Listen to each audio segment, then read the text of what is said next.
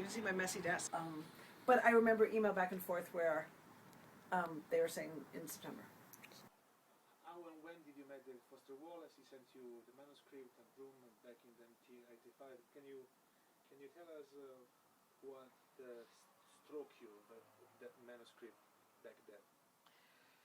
Well, I had just started as a literary agent. I mean, literally about 3 weeks before this manuscript came. And I'd moved from New York. I'd worked in publishing in New York. And David had just moved probably a month before to Tucson, Arizona, because he was getting his MFA at the University of Arizona. And he sent out query letters with explaining who he was, that he had won these prizes in college, and that he was now getting his MFA.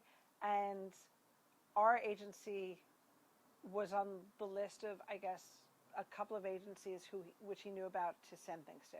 And he sent it to us because we were in San Francisco, and he was in Arizona, which in terms of the United States is very close. I mean, much closer than, let's say, Arizona is to New York. So because I had just started and I had no clients and no books to my name, I would open the mail and I would answer the phone. And anyone who called and asked about, how to send a query letter or how to submit a book, I would be the one they would talk to. And I had worked in publishing enough to know about all of that, but I'd never been an agent. And I opened this up, and it was a letter. And in the letter, he used the word diachronic, which I didn't know what it meant. I mean, it of course means out of order, but I didn't know that then. And he sort of said, I'm 23 or 24 years old, and and at that point I was a year older, and so we were just starting, and he sent a chapter that was out of order of Brim of the System, which is why he used the word diachronic, and I started reading it and I loved it, and since I didn't have anything else to do, I said, well, can you send the rest of the manuscript quickly? And I started reading it, and I could read it much faster than any other agent because that's what I did. And I fell in love with the energy of it. I fell in love with the story, which was about girls just out of college. So it spoke to me because it felt very close to my own life. We had gone to very similar schools. I had gone to Williams, he had gone to Amherst, which are both in Massachusetts, and which are schools that play each other in football and play each other in lots of games. So we never knew each other in school, but we knew the same kind of people, and we had had a very similar kind of university experience. So I think when I started writing to him, he felt very comfortable with me because I was a year older than he was. We'd gone to the same kind of school, and I loved what he was trying to do. And at that point, American fiction was very minimalist. I mean, Raymond Carver was a huge star. It was the years of Bright Lights, Big City, and Less Than Zero, and Slaves of New York. And so it was this real sort of brat pack American fiction. I mean, it was the same thing in movies, but that was what was being published. And here was this novel that was big and bulky and imaginative and maximalist and over the top, and had the Great Ohio Desert in it, which of course doesn't exist. And it was nothing like what was out there. And so within a month, I had read the whole manuscript. I had made some suggestions to him of how to change it and where to cut things. I do remember having a big conversation with him because the book ends in mid-sentence. It ends where it's like, I'm a man of my, and then it ends. And I thought I was a very smart 25-year-old at that point. I was like, you can't end mid-sentence. You can't end without telling us the end of the story. You're not Thomas Pynchon. Who do you think you are? And David wrote me back a very long explanation of Wittgensteinian principles of why it was the way it was. And to this day, I don't actually understand enough about Wittgenstein to tell you what this meant, but I knew he was way smarter than I was, and he knew exactly what he wanted to do, and so I left it. And then I sent the book out to a number of editors in New York, out of which only one bid on the book.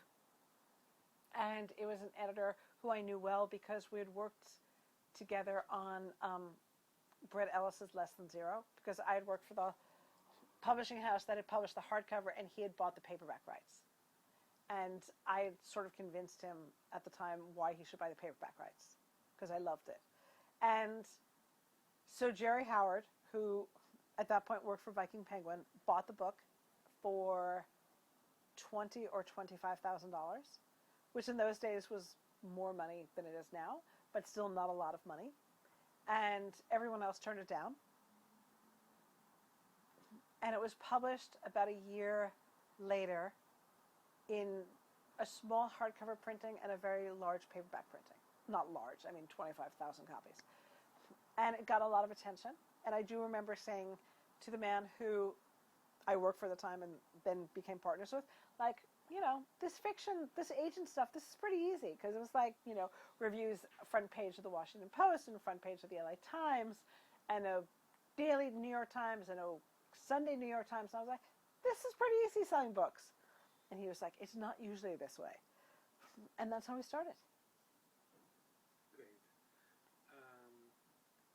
How your relationship developed from then on, after this first encounter? We became friends, and I got to know his best friend from college. He met my parents. He met my roommates, because we all shared a Victorian in San Francisco together. He used to come stay with us and sleep on, you know, the sofa or sleep on the floor, because those were the years where one did that, and he didn't have very much money. And, you know, would come stay in my parents' apartment in New York if he needed to stay someplace. And so we really became friends, and we grew up in publishing together. You were more than an agent in a way, from what I've read. I mean, he wrote to you during the years why he was having problem, why he was drinking a lot, he was smoking pot, feeling bad. I mean, can you tell us what were the most intense moments of your friendship, or challenging moments of your friendship, to be entitled to so many responsibilities? Well, after Brim and the System was published, and I don't think I'm going to remember the dates exactly. David went through a bad stage, which was after Girl with Curious Hair was published, which would have been 88 or 89. I think it was 89. And it was a collection of stories. It's a collection of stories that I love. I think it's absolutely, to this day, a brilliant collection of stories. But it didn't get a lot of attention, and it didn't sort of get, I think, what he would have wanted. And things went downhill for him for a long time, for a while after that. He was getting acclaim when you're young, and that young, like when you're 25, 26, can be really difficult for some people. And I think for David it was particularly difficult. Some people can take success young in hand, and I think he was both incredibly ambitious and very ambivalent about being successful, and being successful so early. And I knew he was in hospitals. He would write to me from the hospital. I went to visit him in McCain's, which is the psychiatric hospital that's part of Mass General and associated with Harvard. And, you know, going to a lock ward where there's no locks on the bathrooms, and they take away your keys, and they take away anything sharp that you have. And I went with his best friend from Amherst, Mark Costello. That was really intense. I had never been in a locked ward before. I never knew what that was like. And I remember seeing David, and he looked dreadful. And I somehow convinced one of the nurses or one of the aides to give me a scissor so I could cut his hair. And I cut his hair because I was like, you can't be like this here. And so, I mean, I knew the bad years, and there were bad years, and there were scary years. where I really feared for him. And he would write me these letters that were kind of heartbreaking.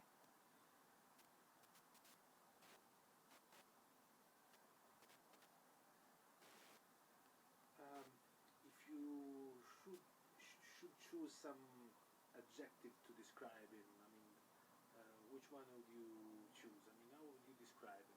What were the most important things which describes him? I mean, I would actually say kind.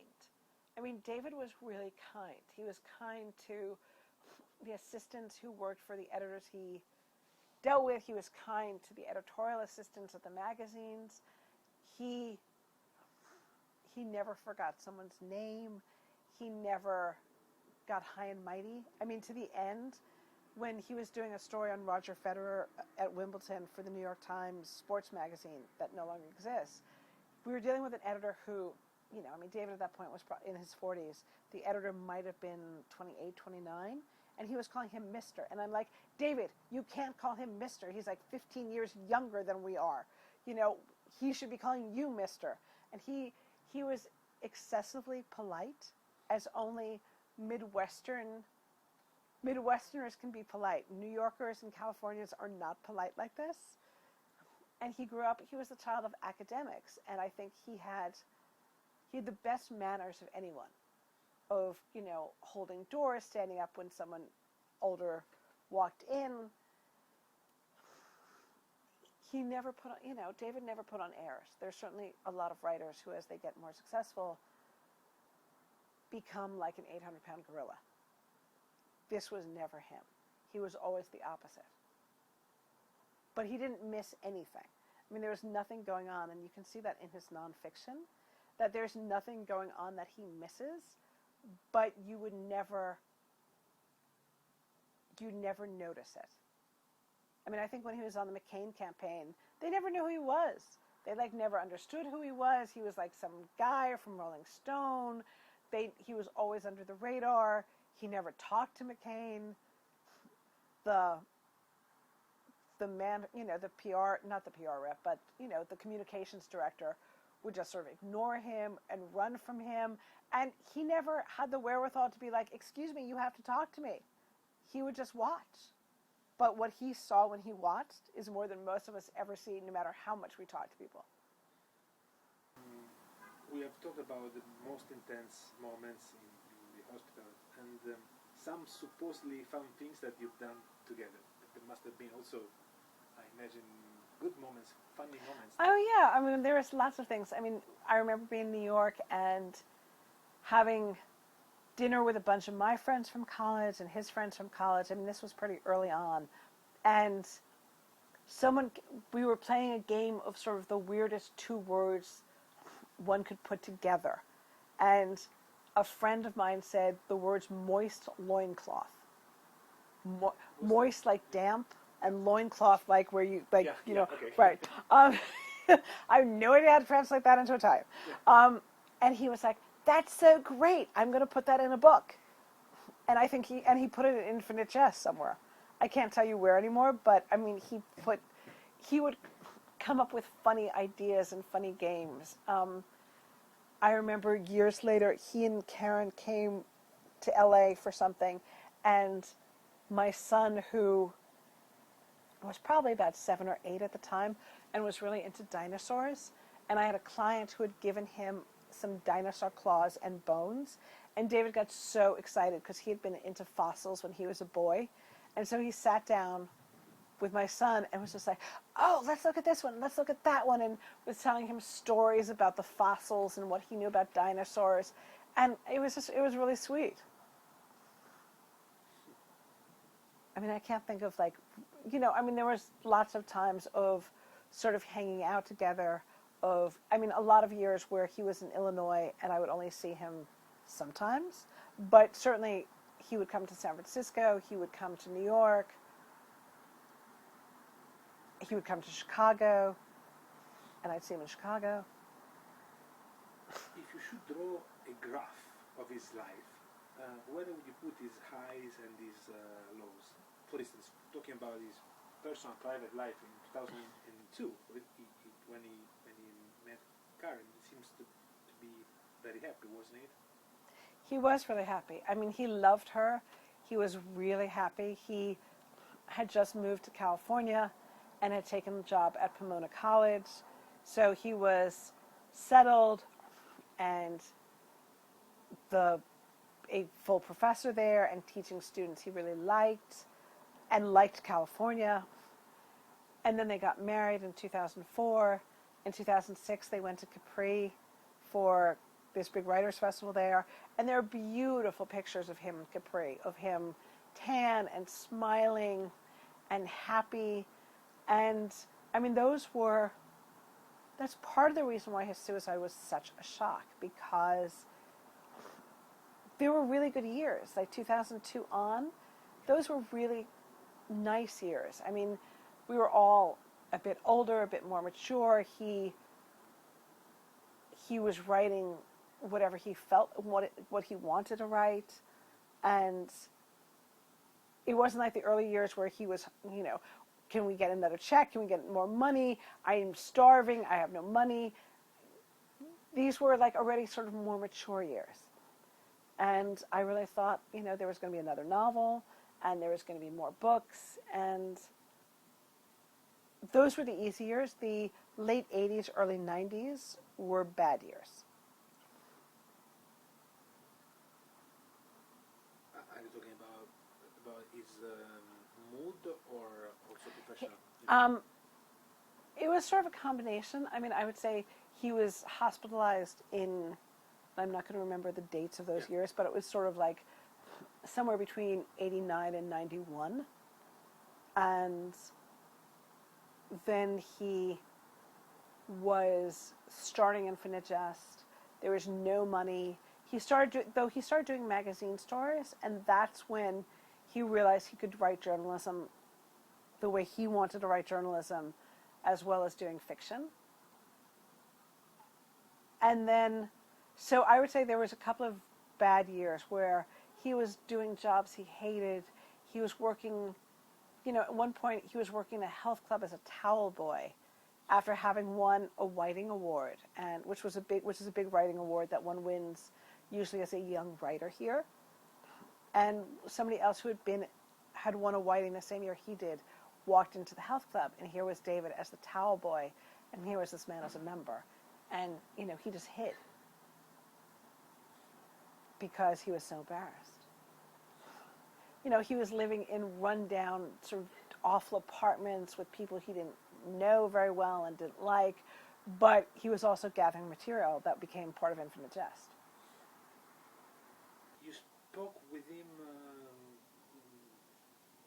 couple of weeks before he committed suicide. Do you remember anything of that call, which was the impression you had? You felt worried, or being a good period after all, you didn't imagine anything at all? No, I mean, it was 2007, end of 2007, he had gone off the antidepressant medication he'd been on for years, and it had not gone well. And then 2008, I'm trying to remember, he was still teaching his classes in spring of 2008, but then took a leave of absence. And in May and June, he still was okay enough that we were discussing him doing a piece on Obama, who was then running, who still did not have the nomination at that point. And it was going to be a piece about Obama and rhetoric, because Obama was giving these amazing speeches.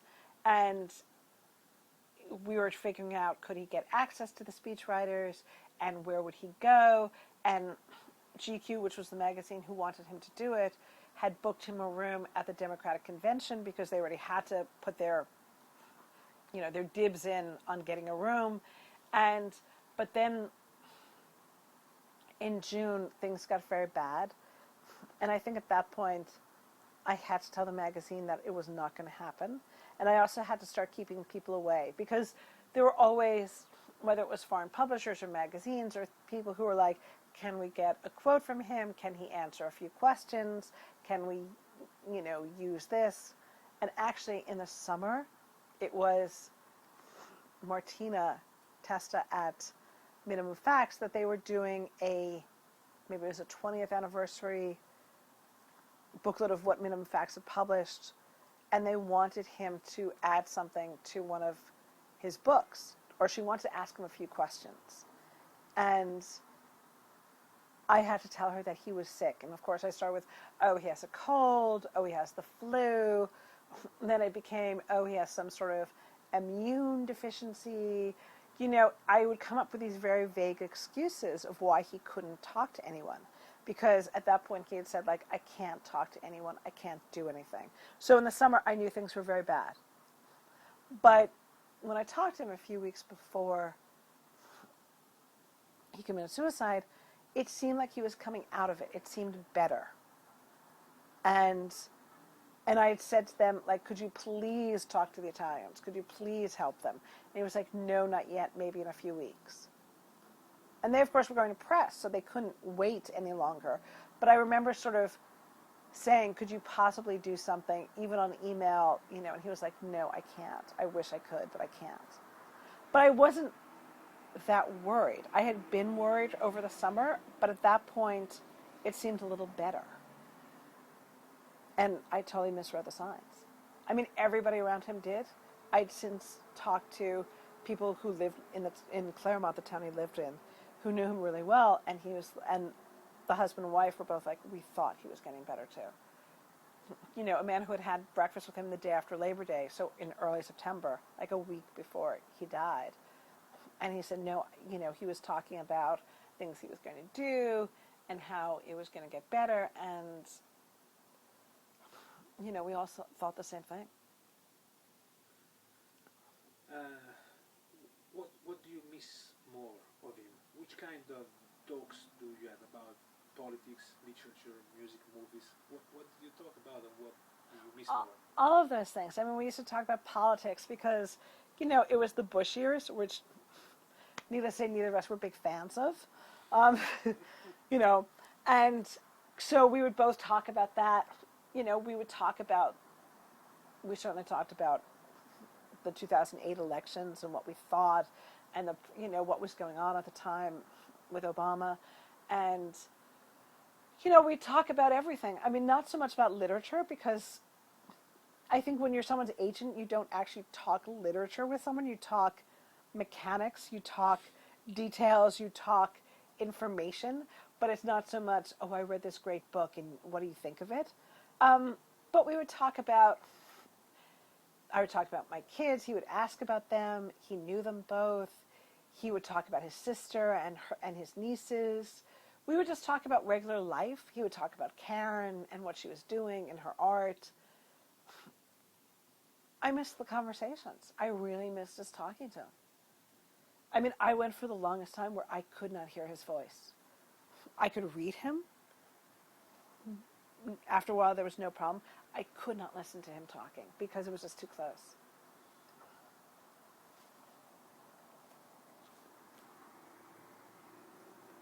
And in the old days, one does not have YouTube and, audio of people who are dead, but now, of course, you do. And they seem alive still. He didn't have TV, and he had a very slow internet connection, it seems, but still seemed to be very much into the world. I mean, very much connected with what was going on around him. How did he manage to do these paradoxical things? I mean, out of the world and into the world? The thing about TV is he would have TV for a while, and then he would throw the TV away. Because he would feel like he would get addicted to watching TV. And that whenever the writing was not going well, he, of course, would watch TV. And he would watch anything. I mean, it wouldn't have to be something you actually wanted to watch. It could be like watching, infomercials. It could be watching test patterns. It wouldn't matter what he watched. So then he would throw it out and put it on the street and have it, be picked up by the garbage or someone would pick it up. Internet, to the end, he had dial-up connection, which meant, by the time something downloaded, you'd be a year older. And he never, mean, he switched to email at some point, but it was really under duress. And he would have these crazy email addresses that with secrets, that were not known, and that I, of course, would email him, and he would email me back. But then when I would forward it on to people, I would have to get rid of his email address so they wouldn't answer him to his email address, because he would check it like once a week, as opposed to everybody else who, of course, checks it about every 3 seconds. And, never had a cell phone, but he never turned it on. Never had a BlackBerry, never had, there were no iPhones in those days, but never had any of the things that the rest of us sort of walk around with every day. But yes, he managed to sort of know all of this, and in some cases foretell a lot of what is going on. So that in Infinite Jest, where he has, the year of the depend undergarment, the year of this, the year of that, all of that, we pretty much live in that world now. And he wrote this in the early 90s when we didn't live in that world yet. We were starting to, but not quite. And in the end, they had a TV. When he and Karen were in Claremont, they actually had a TV. Where most of the time they would watch DVDs, but they actually did have a TV set. I've seen that TV set.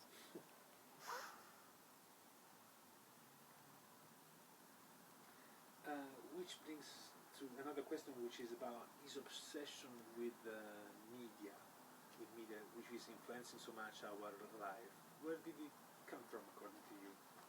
Well, I think we grew up in an age where we came of age in the age of irony, where David Letterman and Saturday Night Live and the kind of writing and the kind of, it wasn't even sarcasm, it was irony, was sort of the reaction to everything in the world. And so when we were both in our 20s, and certainly into our 30s, that was the mechanism with which young people dealt with America and American culture. And David has had a deeply moral streak. I mean, he thought about morals and ethics in ways that I would say most of our generation did not, or did not for long periods of time. And so I think he would write about media because he would study it to see why it was the way it was. And that why did we all react the way we did against American culture or against sort of the American media? And so there's a lot of his nonfiction, like E Unum Pluribus, or the ones about American fiction, where he's thinking about that and why it is the way it is. What struck me the most when I first encountered these books was that you could see on the page how his brain worked, in a way, the backstage of his brain. How could he be so smart and still to, I think which really surprised me was his empathy about almost any human being, human entity, lobsters included. I mean, Right. How could it be? Because in his books, you met often, at least in non-fiction books, you met often with weird figures like the pork industry and the people at the fair or at the lobster fair in Maine, and again these funny people who go on a cruise ship. I mean, you meet with many corny and strange people. He was incredibly smart and still didn't judge them. He proved empathy also for all these people. How can you manage to be so incredibly smarter than average and then to be able to prove empathy for these people so far away from him? I think it goes back to this whole idea of being really kind. I mean, he would actually think about, do lobsters feel pain? And I mean, when he took the assignment of go to the lobster festival in Maine, what the magazine wanted was for him to write a funny piece like what he wrote about the Illinois State Fair, where it's like, look at these quirky people, aren't they funny? And he, of course, didn't write that. He wrote, like, if you boil a lobster alive, is this bad? And I mean, so much so that PETA, the organization that's for, that's like don't wear fur and help animals, they afterwards were like, can we put this on our website? Because this is such a great defense of what we're trying to do. And, Gourmet, which published it, they have pages and pages of ads, or did, obviously, from the Beef Council, the Seafood Council. The whole idea is to eat these things. It's not to, sort of say, like, should we slaughter cows? Should we eat fish? Should we should we boil 1,000 lobsters in an hour, and enjoy them? David thought about the big issues. I mean, The Pale King has the most eloquent defense of why we should pay taxes that I've ever seen. And I mean, most people do not think about why it is a public good to pay taxes and why it is actually a moral imperative to pay taxes. Since most people, all they do was want to avoid paying taxes. So he thought about these things. And I mean, he thought about them in ways that other people didn't. And he never judged people. I mean, he could gently make fun of them, but it was always gently.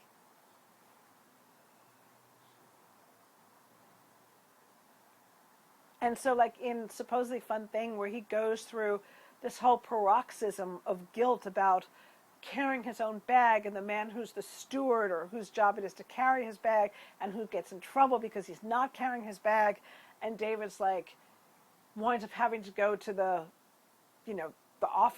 captain to say, yes, I dragged my bag away from the man who's supposed to do this, and please don't get him in trouble, and all this stuff. I mean, we laugh about it, but he really did do these things because he was a very polite Midwesterner who thought he should never ask someone else to do something he could do for himself. And so he really, I think he could laugh about it himself, but also describe it in ways that would make us laugh.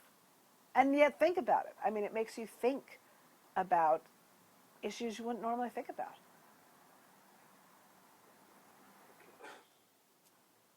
So,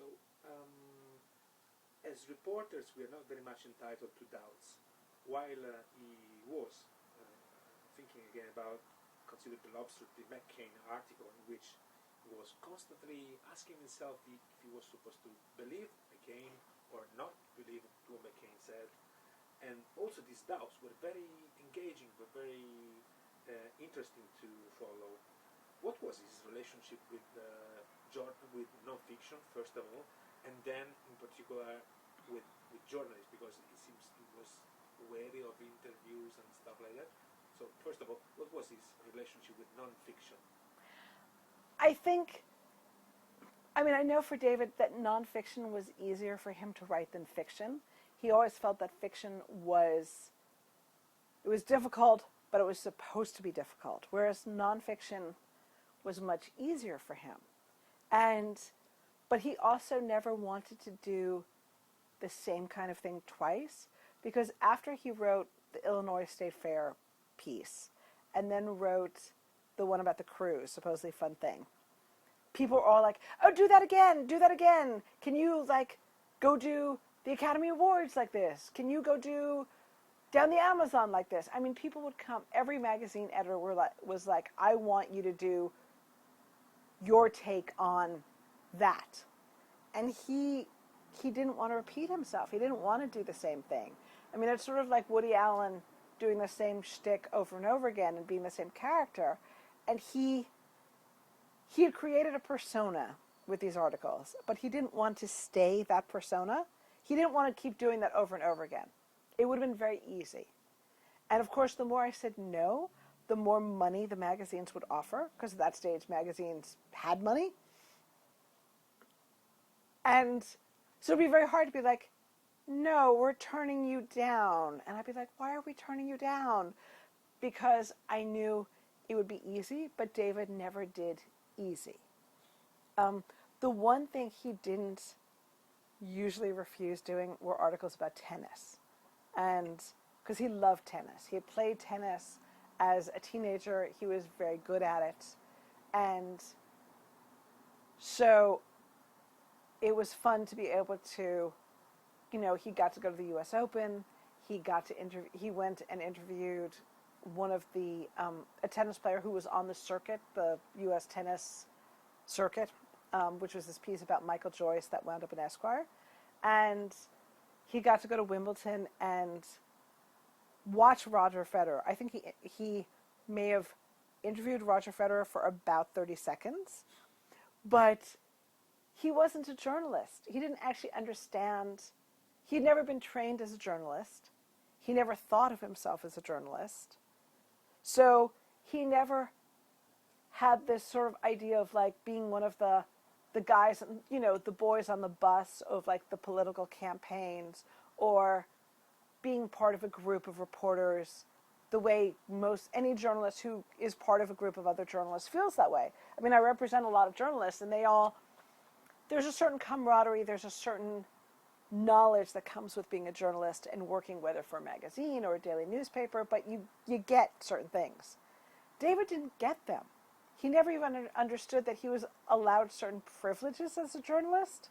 So he would like go sit in the stands where other people were. He would never sort of know that he could get the PR rep or the person to sort of do things for him. And because of that, he would wind up talking to, whether it's like the cameramen or the people behind the scenes in the McCain campaign who had been on every campaign like for the last 20 years, or the guys who worked at the radio station when he was doing host about talk radio. He wouldn't feel like he should be talking to the executive in charge. He'd be talking to the sound guy in the back room. And I remember when he was actually doing the article about the talk radio host, he called me up and he was like, do you know where, because the station was in Koreatown, which is in sort of that part of, like, east of here in LA. And he's like, do you know where the Kookaroo is near here? Which is like where you get chicken and like it's good, it's decent takeout food. And I was like, sure. So I gave him directions how to go. And I'm like, David, you don't have to go get the food for the crew. Like, they're supposed to bring you food as a journalist. You're not supposed to get them food. And he's like, no. I said I'd get food. So that's the sort of thing he would do, because he wouldn't think of himself as the person who's supposed to get the free food or the spread or be catered to. He did the opposite. And the relationship with journalists, I mean, you partially already replied, actually. Right. When he was the subject Right. of the interest of journalists, how was his attitude towards requests of interviews? I imagine there were Uncomfortable. hundreds and hundreds. There weren't hundreds. There were certainly more. There were more for infinite jest than for anything else, partly because Little Brown, it was the first book that they had published. It was 1,100 pages, where people did not write 1,100-page novels. And they were scared, and they needed to get as much media and press attention as possible to get people to pick up a book that was like the size of a doorstop. And so we pressured him into doing as many interviews as possible. And he did. But he was always uncomfortable about it. He was not sure about the line between being a reporter and being a friend. And, people would come and spend time with him. And these were all smart, interesting journalists. But he was always very wary. But even as he was wary, he would say to them, I'm wary of you, like, why are you asking me this question? Are you asking me this question because you need to know this? Are you asking me this because you think I'm going to say this? He was smart enough to sort of try and get behind it and try and ask them the questions, but not someone who really played the game. He didn't really get playing the game.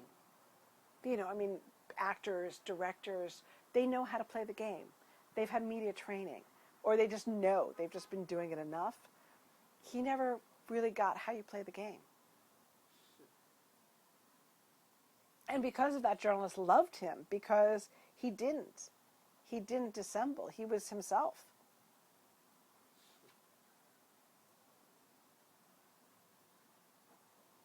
I mean, I'm sure you as a journalist, when you interview an actor, there's a certain kind of response that you expect to get. It seems kind of, as someone has noted, a canonization is taking place. There are bunches of scholarly books about David Foster Wallace, now an archive at the University of Texas, and then you are involved in a website which will be a companion, I think, of the Pale King. A lot of things are moving very quickly. I mean, someone has said that after Don DeLillo will be the next canonized American author. What do you think about this, and what, if you can say that, what you would think about this process of canonization? I think he'd be very uncomfortable with it, but it wouldn't have happened if he were still alive. If he were still alive, none of this would exist, I think. I mean, David was a very well-respected writer. He was certainly a writer who got to do what he wanted to do, but this level of attention, unfortunately, I think comes from having committed suicide. And no one knowing the level of depression he had. He kept it very quiet. He kept it very secret, other than from very close friends and family. In some ways, it's lovely to know that his work is being read and the books are having more success than they ever did while he's alive. But, you know, it's also very sad to me that this all happened after his death. His books became bestsellers after his death in ways that they never were when he was alive. Yeah, but he sold very much even before. He sold fine. Fine. I mean, they sell 3-4 times the amount now that they ever did when he was alive. Trust me, as someone who reads the royalty statements, I actually can tell you this. You know, it's really 3 to 4 times as much. And when he first died, there were 3 books on the bestseller list. They had never been on the bestseller list. The New York Times, I mean, his books had never been on the New York Times bestseller list before. And it took his death for that to happen. Which is, I mean, both gratifying and terribly sad. I think we live in a speeded up culture. We live in a culture where everything moves fast. So it's 2.5 years after he died. And yes, there's an archive, and there are all these young scholars and not so young scholars who are looking at his work and reading it and finding all sorts of things. And I think, you know, for a lot of them, you get to discover things. You get to write papers and cover new ground. And I think that's part of the reason why it's so exciting for academics, that there are conferences now being set up all over the world that I hear about sometimes after the fact, sometimes before, but it's being generated by scholars and academics who all want to discover things and who appreciate his work and are getting to do firsthand. They get to be the first ones. You know, it's not like, you know, let's say doing Shakespeare or Wordsworth or, you know, Tolstoy. There have been years of people studying them. You get to be the first ones. And I think the archives are very interesting to people because there are drafts upon drafts of his work, and you get to see his thinking, and you actually get to see how meticulous a writer he was. I mean, I know for years people felt like he was sort of like, look, ma, no hands, look what I can do. You know, I can do leaps, I can do jumps, I can do sad, I can do funny. And it felt like he was just sort of putting it out there without, I don't want to say not paying attention, but sort of doing as much beforehand. But I mean, he was a meticulous editor. When you see drafts of his work, you see the type version, and then you see the next edit in one color of pen, then the next color of pen, then the next color of pen. And you realize he revised work over and over and over again before anyone saw it. I mean, even for Pale King, there were drafts upon drafts.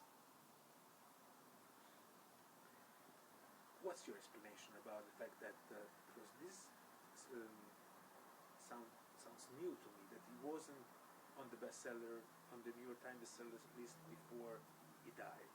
Because I discovered it before he died, and for me, for instance, he was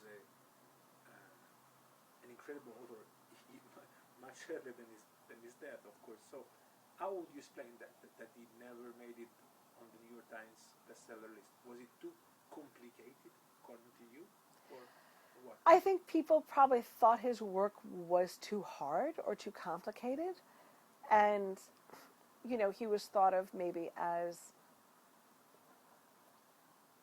not an easy writer to read. But after his death, people either felt like they should read him, or they started reading articles that made them interested, or they read other people talking about him, and so it's true. I mean, the books had been national bestsellers, but they had not really been selling at the same rate that they have after his death. David Foster Wallace and the others. I mean, with friends, women, students, because we go back to the empathy factor. How did he have friends? Which kind of relation were there? I was very much surprised by the fact that he removed this tattoo to add an asterisk to change the name of his beloved one, and it seems he has a very intense relationship with his students, for instance. How would you describe this relationship he had with others? I mean, David had a lot of friends. He had a lot of friends who were writers. John Franzen and Zadie Smith and George Saunders, and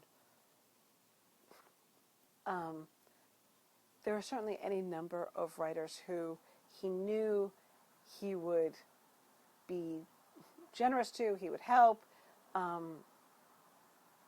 he would be in correspondence with. I mean, David actually answered anyone who ever wrote him a letter or a note. He would send them back a postcard. I remember before, I think it must have been Christmas 2007, a man called up one day and he said, my son is a huge fan of David Wallace and he's turning 18 and I want to get him a hardcover copy of Infinite Jest. And if I sent you a book, would David sign it? And once we sort of realized this man was not, a stalker or weird or whatever, and it really was a father who loved his son and wanted to give him a really great Christmas present, I said, sure, send us, I was like, send us a book, because he already bought the book. And I think he'd gone out and found a first edition, which at that point was hard to find, and he sent us the hardcover, and I sent it to David, and I was like, could you, send it back to him? And he went to the post office, which at Christmas, certainly in America, and I'm sure in Italy, is no fun to do, to stand in line at the post office so that he could then send it back to this man for his son. And he did, and he wrote a note to him, and so he would do things like that. This is completely off the subject of what you were talking about. But, I mean, he had a lot of friends and would do all sorts of favors for people. He was very close to his students. I knew much less about that side of his life in all the years we worked together because the teaching side was not the part that we would really talk about. But certainly after he died and there was a memorial at Pomona College, his students spoke and I got to know some of them and they loved him. I mean, he was probably the most exciting teacher they could have, and he made them work really hard, and his assignments were difficult, and his papers that he assigned, that he asked them to write were difficult, but they respected him and they loved him. And I think for the ones who knew him well, it was really, really hard for them. A couple of last questions, then we'll pass to the baking. I read on The Believer that his visceral antipathy for the Bush years, as you said before, and he was making a list of things that he want to improve, and he also said, also I want to floss more. He said, in a way, maybe it's just a detail, but for someone who's gonna to commit suicide, I mean, to be You wouldn't worry about your teeth. yeah. What was his relationship with his health apart from depression? Did he exercise? Did he meditate? Did he? You know, he had dogs, and so he would always like go running with his dogs, take the dogs to the park. I mean, he had been an athlete, so you know, he had been a really good tennis player, and I think he always kept a certain part of the athlete's way of doing things. I mean, of a certain level of competition and of being good at sports. And I mean, tennis was his sport. I mean, he certainly never played football or anything like that. And I certainly have never had a conversation with him about baseball, for example. But he, you know, he kept an athlete's way of thinking about things. I mean, he would get sick. He would, you know, for years he smoked cigarettes. Then he chewed tobacco. So he would always get these weird flus and like ailments from being sick, you know, from smoking too much and all of that. But I mean, he seemed to have a pretty normal relationship with his health. In 2004, I've read that it was a hard time proceeding with the Pale King, and he and Karen, they thought about, at least he said to Karen that he was considering about quitting writing and opening a dog shelter. Is it true to life to you? I mean, You know, he would always say that he's gonna, you know, he was gonna like save all the dogs in the dog shelter. He was gonna sort of take on all the, you know, poor unwanted dogs. But that's sort of, you know, there are people who say like, I'm gonna quit my job and go like make cheese. That's sort of like his version of like, I'm gonna quit my job and go make cheese, or like go open a bakery or things like that. I don't think he was ever gonna do it. okay. But he really did love dogs a lot. No doubt about it. But does it sound possible to you, David Foster Wallace, without writing? No. I mean, writing was such a huge part of his life. It was so much a part of who he was, of how he defined himself. Even when it was going badly, that's how he defined himself. And I mean, I think every writer, there's a point where you throw up your hands and you go like, I can't write this. I'm never going to do this again. But that's sort of part of being a writer. Okay, The Pale King. Okay. He started working on it around 1997 and started writing it in 2000, if I'm correct. Why did he choose such a weird and sexy topic? I mean, taxes. I mean, Taxes. I've read Michael Pierce, who's written that is basically the opposite of fiction, because in fiction you leave out what is not interesting and you focus on what is interesting. And Right. here, the topic itself is very, again, unsexy, is taxes. Right. How came that he choose such a weird topic, according to you? I have no idea why he picked taxes and IRS agents as his subject matter. I do remember at some point when he told me, I'm writing a novel about an IRS facility in the Midwest in the 1980s. I think I went, ha! Because it did seem not bizarre, but certainly not anything that anybody else would ever think of. I can't think of any other book where tax agents and accountants are the stars of a book. And actually someone asked us, a journalist asked recently, like, have any of us contacted the Internal Revenue Service to ask what they think of the book?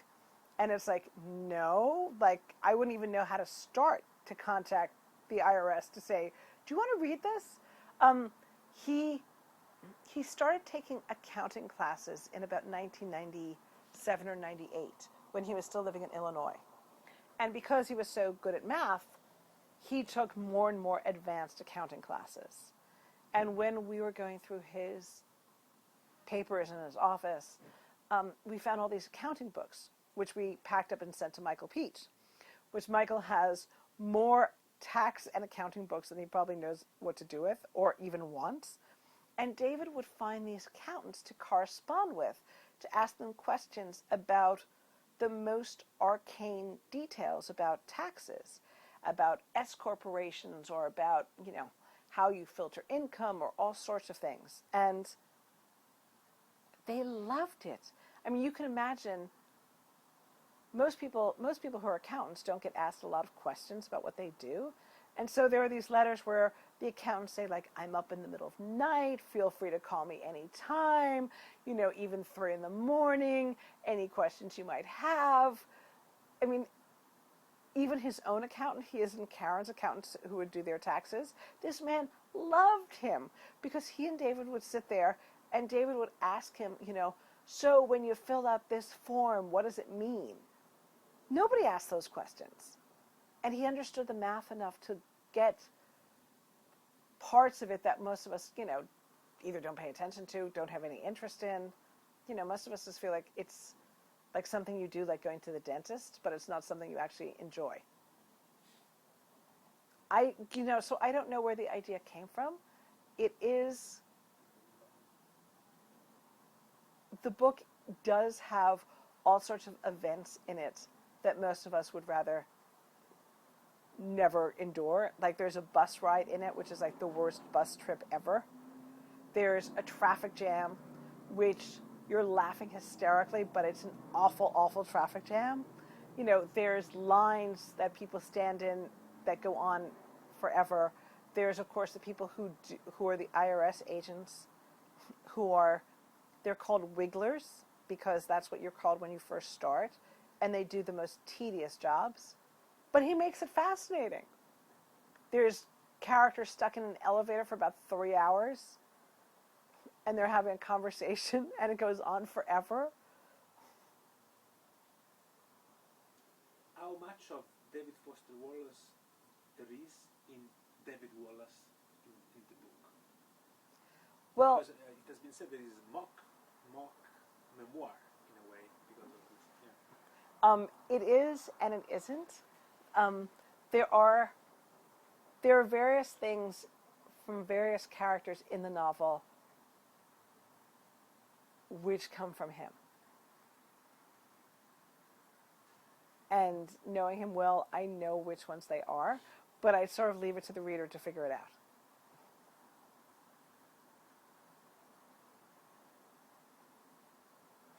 But yes, the character of David Wallace, there are actually 2 David Wallaces in the novel. One whom you meet, one whom you don't really meet. And the one who you do get to know, who is supposedly him, it's very funny. You cringe for him, but it's very funny.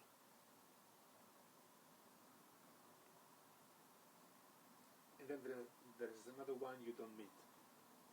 Right, there's one, because there's the David Wallace who comes to work in the IRS facility as a wiggler. And then there's another David Wallace who's a bigwig in the Internal Revenue Service who's coming to help run things, but who you barely meet because he's not an important character, but he's also named David Wallace. Okay, 2 of them.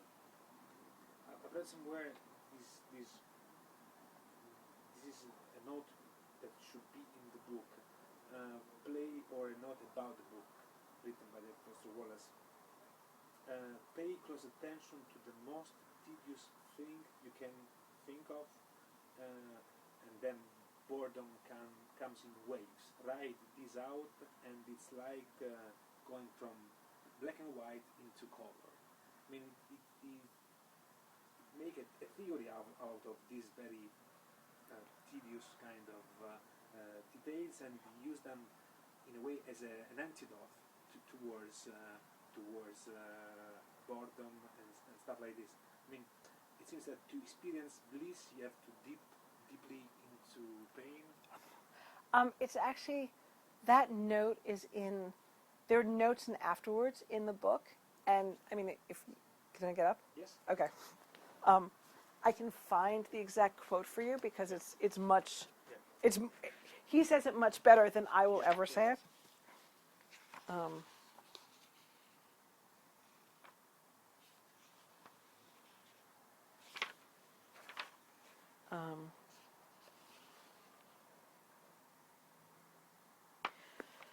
Oh, what he's talking about is people who he calls them immersives, and he said they're rare, but they're among us. People able to achieve and sustain a certain steady state of concentration, attention, despite what they're doing. And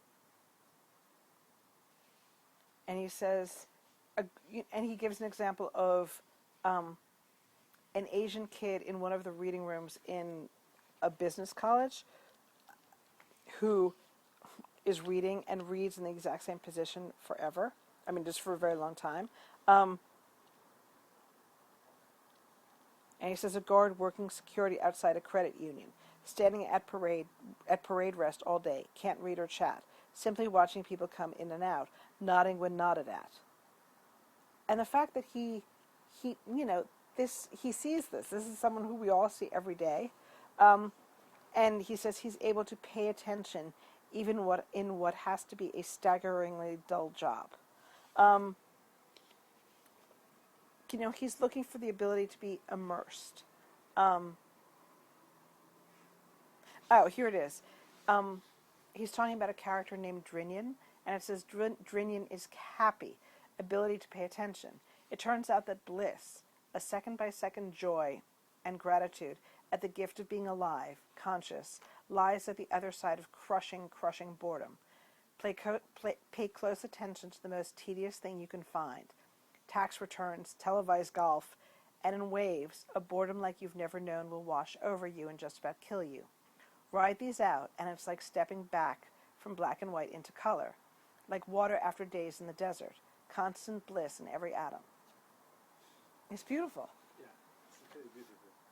But going back to the question I posed you before, why I choose this topic, Right. according to you, is just because of this, that he wants to show that, in a way, boredom could be if you know how to manage, Right. if you learn how to manage, as this guy, these rare people manage to do, you can really savor every little tiny slice of your day, everything that happens to you. Once you have overcome boredom, you can enjoy more all the rest, according to you. Well, I mean, I think it's partly what This Is Water is about too. It's like where he's trying to tell to, people who are graduating from college and sort of going into the world for the first time, which is learning what to pay attention to, learning how to live in this world, and that our day-to-day lives have moments of soul-crushing boredom and tedium, and for some of us more than others, and some of us are lucky to not have very much of it. But, every day that you're on in a traffic jam you hate, or in the midst of something you don't like, I mean, we all experience this. And I think David was trying to write about the big questions. It's like, what do we love? What do we deal with in the world? What do we pay attention to?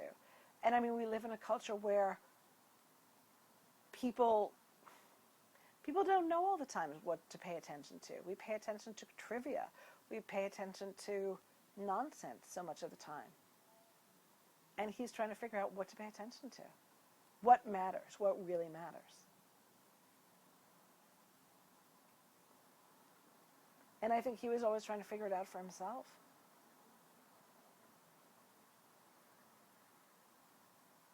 Yes, this brings us to the big issue, according to me, because this is exactly a sign of high wisdom, Right. which is the topic of, which is the meaning of the life, if we want to put it in very broad terms. And how do you reconcile the fact that he showed and he wrote about this wisdom of the fact that at 46 years he he took his life away. I mean, how would you reconcile this? This guy was Yeah. able to see, to understand, to teach to the others in a way something like this. So he could understand it perfectly, and he could express it better than anyone else. And then for himself, I mean, there's this kind of schizophrenia between being able to say Right. some Right. wise things and then behaving in an opposite way. You know, I'll never understand it. I'll never get it.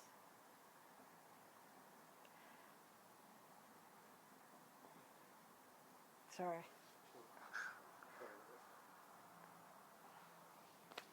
I'm good for a long time and then I'm not.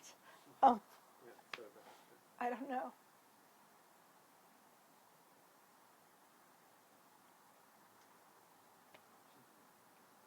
Sorry about that. It's okay. Don't worry about it. We're almost done. This was the. You have already said how he researched the courses he made, the stuff like that, and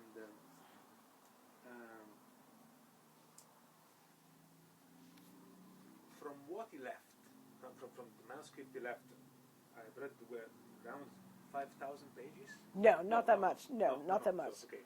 Um, Okay. You know, we went through this at like, you know, in the January after he had committed suicide. Yeah. So my recollections of this are probably not the best. Yeah. I mean, I would say maybe it's 2,000 pages, maybe 1,000 pages. But if you need to know more precisely, I would say you could, you know, send an email to Michael Peach because he has all the material. I mean, we packed all this up. We put it in duffel bags, and he took it back with him to New York. And we did it because Karen needed to get out of the house that she was in. And it was just, you know, it was just too hard to keep living there. So, like, my memory of, I was like, it was a lot. I'd say it's probably like 2,000 pages. Maybe it's less. Yeah. But there's lots of versions for this. I mean, the book is 500-page book. 500 pages. Yeah. Yeah. Yeah, I mean, the book's with all the notes to the side is 535 pages. Yeah. Yeah. It's a very naive question to pose to the agent, but still I do it. Okay. Are you happy with the result of this teaching and editing? Because it's a very complicated It was book very to complicated. do. That it says an unfinished novel, right? Right, because it is unfinished. I mean, it doesn't end. I mean, I feel like it will be a very satisfying experience for a reader because it's not, you know, it's not a pamphlet. It's not, oh, we found a couple of pages in the attic and here it is. I mean, it's a 500-odd page novel. And you get immersed in a world and with characters, but it doesn't get tied up at the end in a bow. So, but I feel like with the notes and asides, you get to see a sense of where he was going to go with certain characters and what he was thinking. Am I satisfied with it? Very. I think it's a beautiful book. I think Michael Peach has done an amazing job. I've read it through 3 times, all the way through. He's probably read it through 10 times. 99% of this is David's work. What we did is we had to create an order out of it. If you read Michael Peach's editorial note, there was not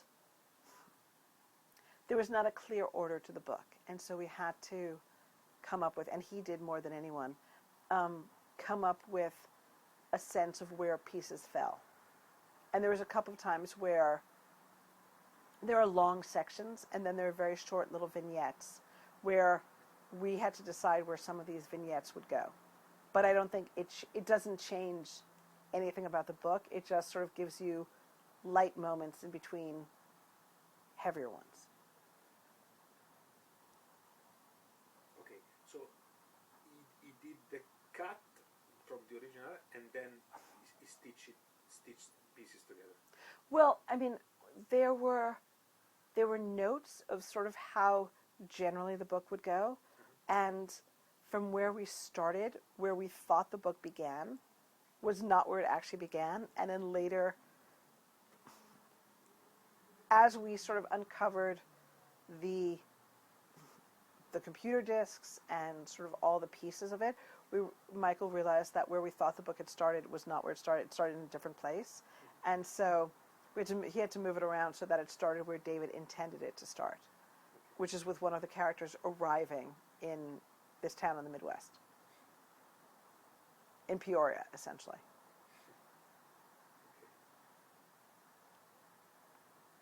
Because it seems that David left some notes about how to put things. I mean, he wanted also Karen to find this document. He tied it up, it seems. Before. Well, it was sitting on his desk. I mean, it's like if you walked in and you saw something sitting there, you'd be like, okay, we're supposed to find this. Yeah. It was, it was very much like, here it is, front and center. And then there were various drafts. I mean, David was not the tidiest of authors. So there were pages and drafts in these big sort of plastic bins, like where you store things. There were things, in piles. And it took a bit, but we sort of realized, that these were all different. They were different drafts of some of the same chapters. Some of them were very polished. Some of them were less polished. Some of them were in what he would call zero draft form, which is zero draft, like a first draft form. Okay. I mean, Michael actually, when you read the editorial note, it gives a good sense of what, sort of how it all worked and how he assembled it.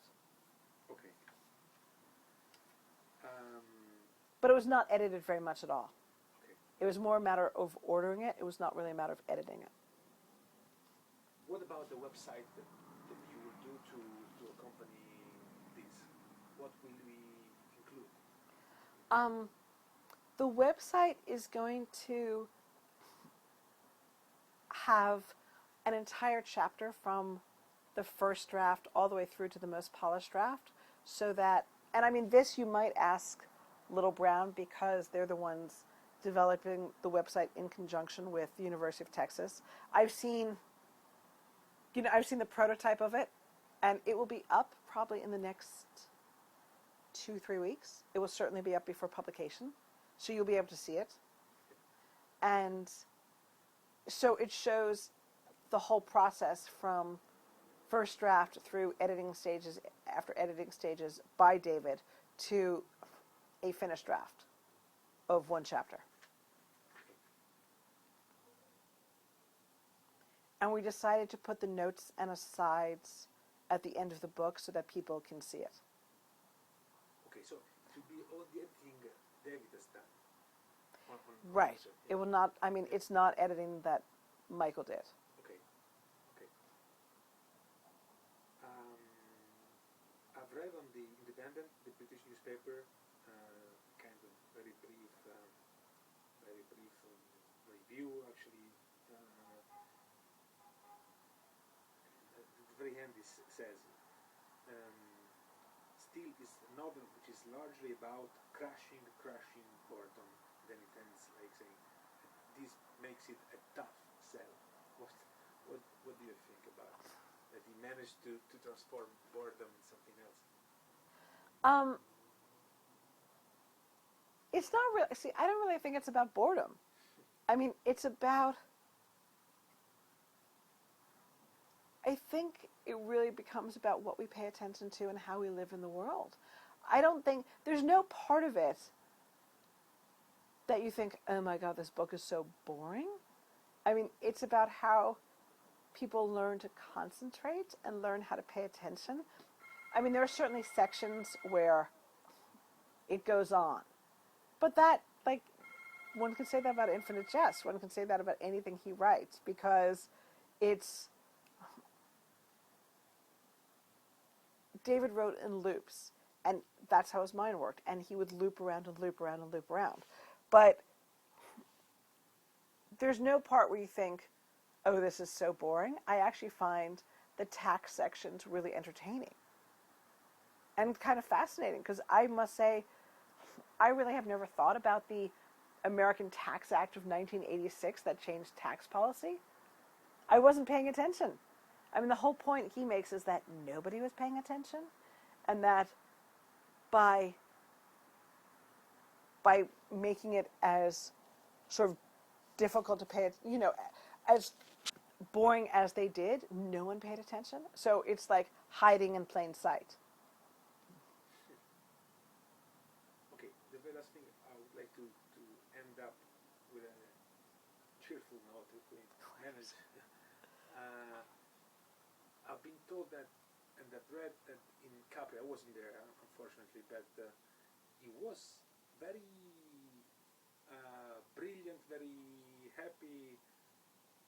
Again, can you tell us the last things that you remember him being very brilliant? And again, this is a kind of schizophrenia between being so dark in a way. The part of him was very dark inside, and then it could be so brilliant outside. Can you give us the last example of him being very brilliant, funny? The last memory you have of him being funny.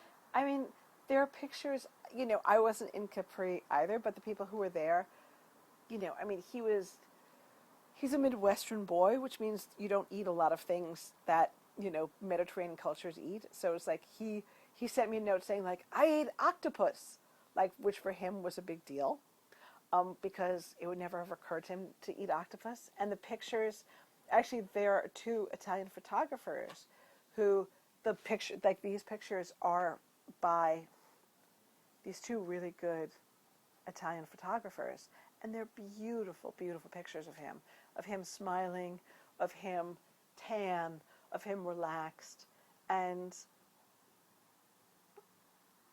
it's sort of just great to see, because he wasn't someone who traveled outside the United States a lot. I mean, for years that I knew him, he never had a passport. I'd be like, how can you not have a passport? And he finally got one, I think, when he was about 30-something. He was enormously curious about the world, but he wasn't someone who felt he had to go a lot of places. So for him to go to Italy and go to Capri and be at these big dinners every night and eat octopus and have a great time and be with a lot of writers and a lot of friends and then go to Wimbledon after that, I think he was gloriously, deliriously happy. And it's nice that, like, it was Italy that made him happy.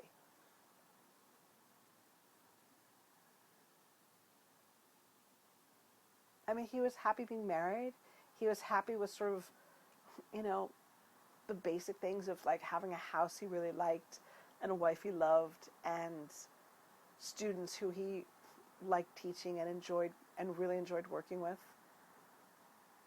I think there was a lot that made him happy.